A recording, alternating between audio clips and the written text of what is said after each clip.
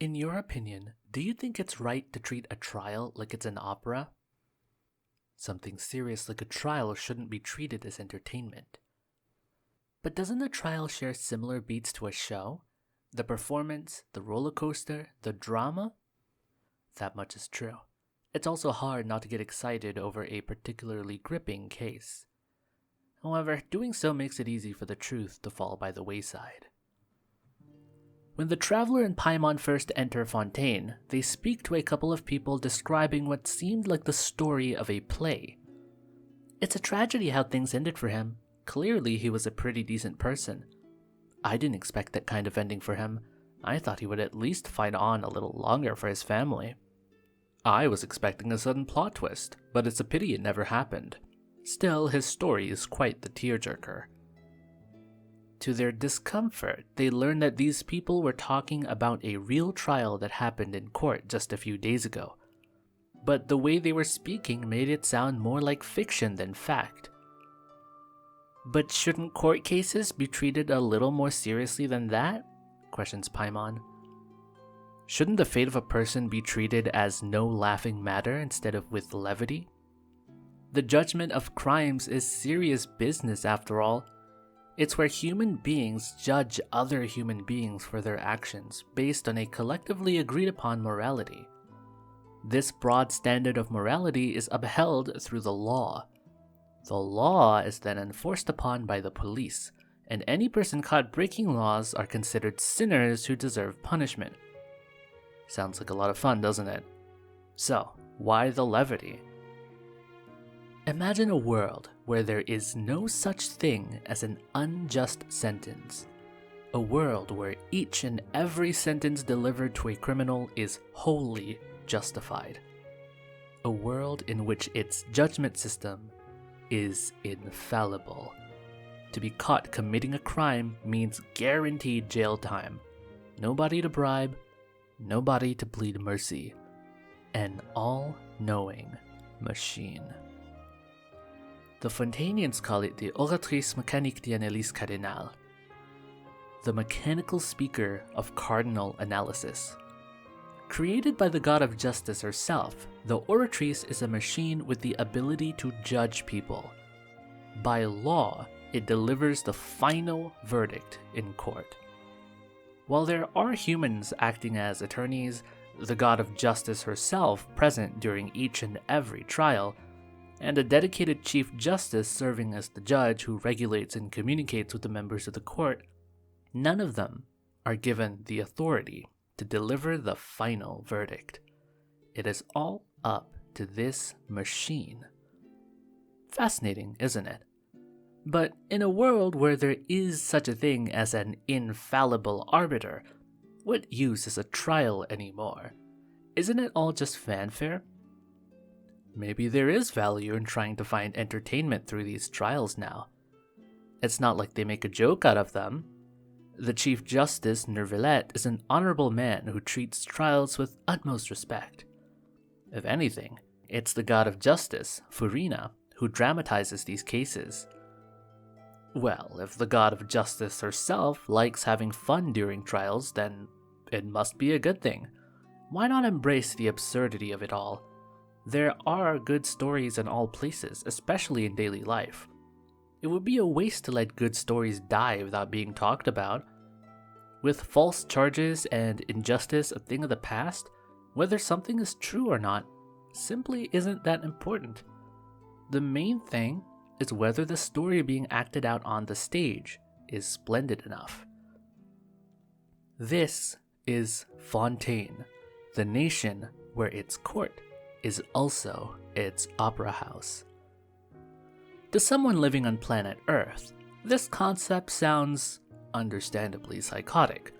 To treat a real trial like a piece of entertainment, regardless of whether its Chief Justice is respectful or not, regardless of whether injustice isn't a concept anymore, the idea of turning the judicial system into the equivalent of a movie theater sounds incredibly dystopian. It sounds like their government doesn't respect its own people. It sounds like a world where people are so bored to the point of insanity. It's hard to relate to or understand the laws of a place so far removed from our grounded reality that it really does sound like a terrible place. However, would it surprise you if I said that this is exactly the same as our reality? At least close to it. Yes, this dystopian sounding world isn't all that far removed from our world than you may think. Well, I mean, if you're watching this video in 2023 and are still denying that our world hasn't already become a dystopia, you may need to step outside for a second. But I digress. Sure, we don't treat court cases like a movie in real life, but we sure do dramatize the hell out of it.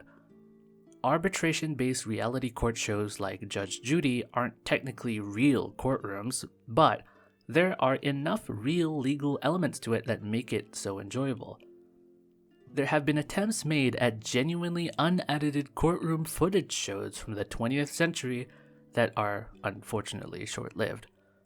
Why watch some boring 30-minute segment from a real-life trial when you can watch a more exciting episode of The People's Court? In the online era, don't we follow court cases like Johnny Depp versus Amber Heard? That one in particular was all over the internet. Whenever another lawsuit gets filed involving a YouTuber, don't we all tune in to the big channels to hear their opinion about the news and watch coverage of the updates? Let's take it a step further to beyond just court cases. Mr. Beast drama, Dream Minecraft drama, Nikocado Avocado drama.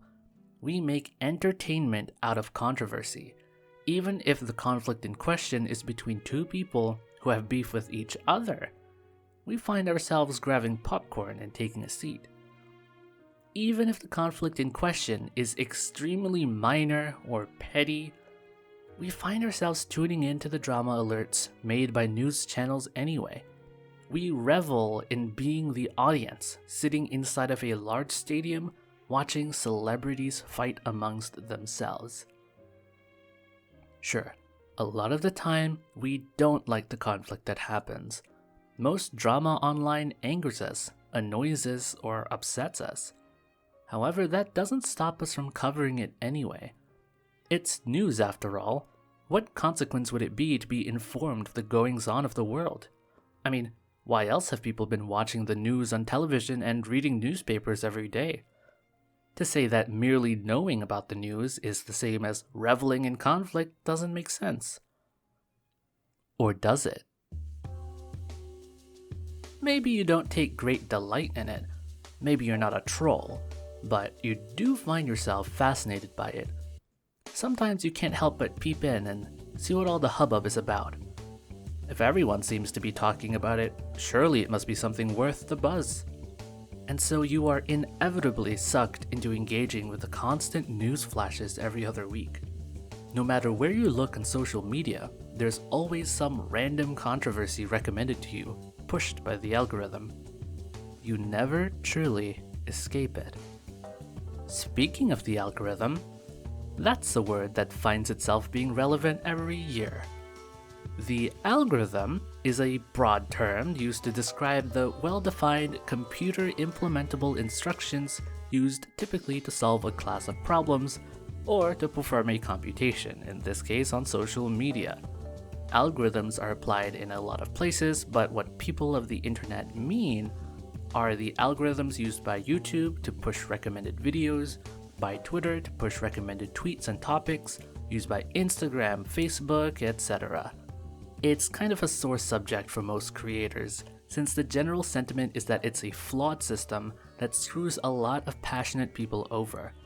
I doubt I need to explain too much. In essence, most creators don't like the algorithm here on YouTube because it forces them to create a certain type of content in order to be seen easier. Most audience members don't like the algorithm because it pushes videos they don't want to see. For example, the latest big drama that's been happening. However, the algorithm in and of itself isn't the only system that upsets people here, because there's a much worse system out there that's straight up dreaded. The automatic ban. Bans, suspensions, account restrictions, and shadow banning, these are things anyone with a social media account are really scared of. creators try so hard not to violate the rules and guidelines, but sometimes it just doesn't work. Because the automated moderators used by the social media platforms do not care. They see you as a threat even if you think you're not. A person who violated the guidelines. Now, most of the time people can choose to appeal and ask for human reviewers to manually check their content to see if the bots made a mistake. Sometimes the claims are lifted, but sometimes they aren't. Even when you're certain you didn't break any rules. This has happened so many times to the point where a lot of people believe that the platforms are flat out lying to us about human reviewers sometimes. On the internet, the law has been automated, even for places with humans enforcing internet laws. Well, we all know Discord and Reddit moderators aren't exactly known for being the best people. They are typically portrayed as losers who are on a bit of a power trip enforcing rules very strictly for no reason. People who take pride in a volunteer job they aren't paid for, getting what little enjoyment they have from putting other people down. In a way, it's almost the same as the reasons people hate the police. At least if the rules are being enforced by non-humans, they wouldn't get inflated egos. Except now we have to deal with false accusations from a bot that doesn't quite have the level of understanding of nuance as humans do. Another point to bring up is that despite living in the age of information, we kind of hardly do a lot of research ourselves. The average person, despite having access to a wealth of information people in the past would have killed to know, right at our fingertips, we either don't care or don't have the time. We leave it up to the video essayists and news channels to do the work for us. Inherently, this isn't a bad thing. The issue starts when we don't just rely on them to give us the rundowns of what's going on, but when we start to inherit the opinions of those people. It's a dangerous game. For well-respected creators online, covering controversies usually means their audience will side with the creator. Unless the opinion is genuinely out of pocket, most of the time, the news anchors themselves deliver the verdict. They tell you who the good guy and bad guy are. They tell you whether a situation is meant to be a positive or a negative. In the worst scenarios, they can get their own fans to hound other people they deem to be bad, even if they don't ask for them themselves. And their fans will listen. Not because they thoroughly understand the topic from multiple angles, but because their favorite online personality said so.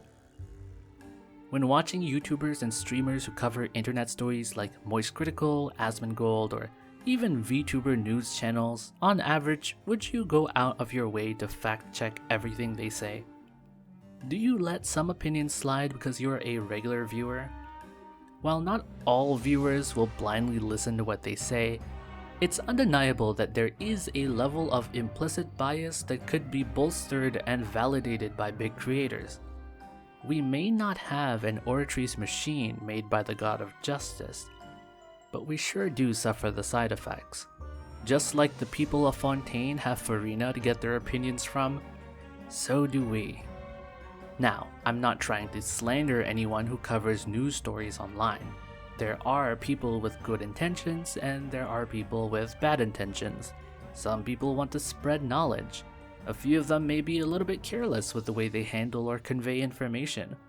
Some people want to get clout and fame, so they may appeal to extremists, even if they aren't extremists themselves, because they know that demographic of people will devour their content.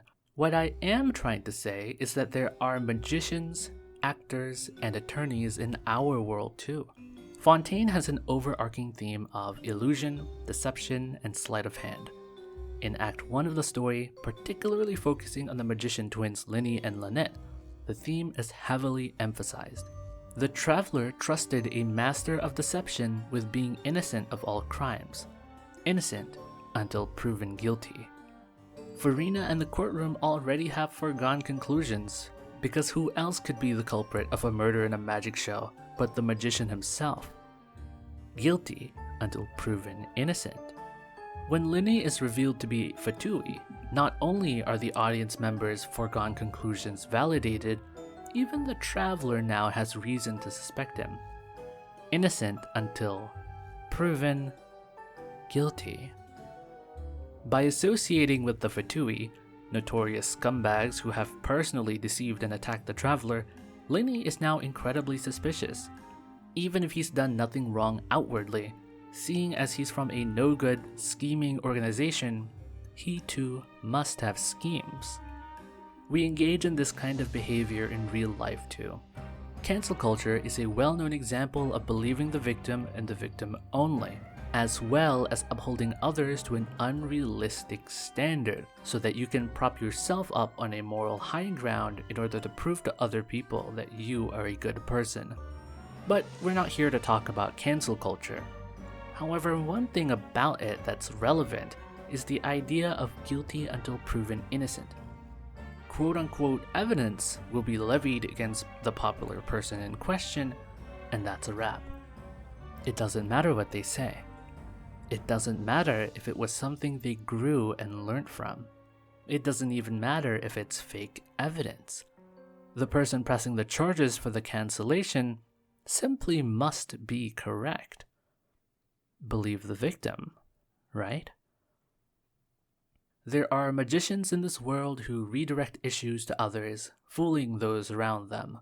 There are actors who hide behind masks, hide their true selves behind a big personality because they're insecure. There are attorneys who seek to uphold justice, and attorneys who are paid to do the job no matter what. The world is full of characters on a global stage putting on a grand performance. There are billions of audience members staring intently at the middle of the opera house, ready to get their opinions from their chief justices, all while the automated machine judges deliver judgment after judgment. The land of Fontaine and the fictional world of Tevat may be highly exaggerated, a dramatized version of our reality. But if you think those elements of Fontaine are dystopian, I hope you are aware that we are living in more or less the same. Thank you for watching, and I hope you think about this video.